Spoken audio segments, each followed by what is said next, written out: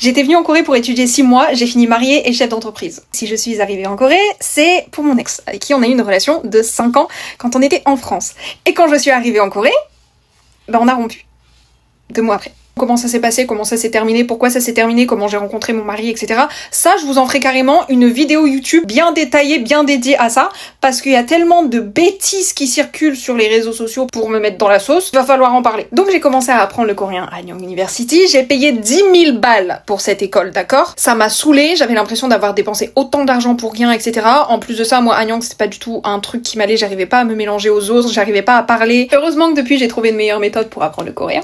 Preply. Petite parenthèse, mon code de 50% de réduction sur Preply est toujours actif si jamais vous avez envie d'apprendre une langue avec un tuteur, avec un natif, etc. Je pose ça là. Et quelques semaines avant la fin de mon séjour, je rencontre Monsieur Marie. On était juste potes de base, on parlait de la pluie, du beau temps, des discussions cordiales quoi. Et j'avoue que je l'utilisais aussi surtout pour exercer mon coréen. Ça c'est belle maman, avec qui maintenant j'arrive à parler très bien coréen. Merci Preply. D'ailleurs, mon séjour se termine, je rentre en France et j'ai plus d'échange avec Junseok. Je lui envoie plus de messages, il m'en envoie plus.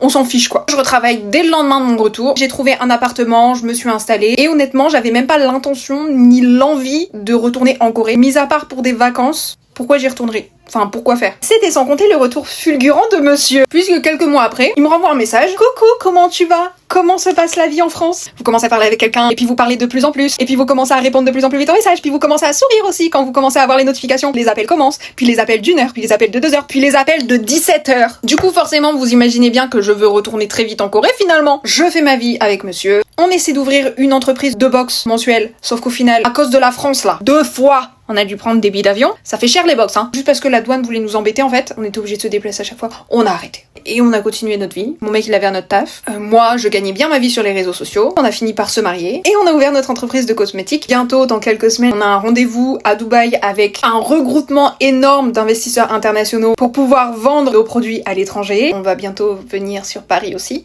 Stay tuned. Et puis voilà.